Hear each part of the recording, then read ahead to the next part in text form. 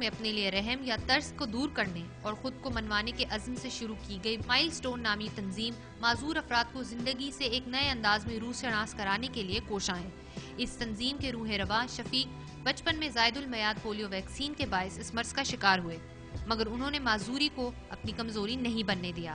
ابھی ہمارے پاس 50 electric well chairs ہیں جن کی مالیت تقریباً 2 سے 3 کروڑ روپیہ بنتی ہے۔ ایون کہ اگر کسی شخص کے دونوں ہاتھ بھی موو نہیں کرتے، وہ اپنی چن کے ساتھ ویل چیئر چلا سکتا ہے، ہیڈ کے ساتھ ویل چیئر موو کر سکتا ہے۔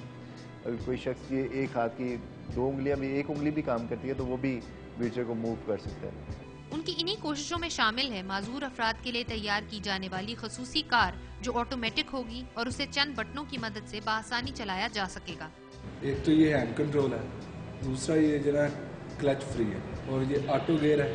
اس کو آپ جب فرسٹ گیئر اس کا لگاتے ہیں تو پھر بتایا کہ جو گیئر ہوتے ہیں وہ لگانے نہیں پڑتے۔ اس تنظیم کی انفرادیت یہ ہے کہ اس کے رکن افراد تمام تر مشکلات کے باوجود فنڈز کے خواہش مند نہیں، بلکہ ان کا کہنا ہے کہ اگر حکومت ان سے کسی قسم کی مدد چاہتی ہے تو وہ اس کے لیے بھی تیار ہے۔ پولیو بلا شبہ ایک لا علاج مرض ہے، مگر اس سے متاثرہ افراد کے مطابق ان کی معذوری سے زیادہ لوگوں کے رویے انہیں معاشرے کا حصہ بننے یا اس میں اپنا مثبت کردار ادا کرنے میں رکاوٹ حائل کرتے ہیں۔ کیمرہ مین انور خان کے ساتھ ثنا سید، ڈان نیوز، لاہور۔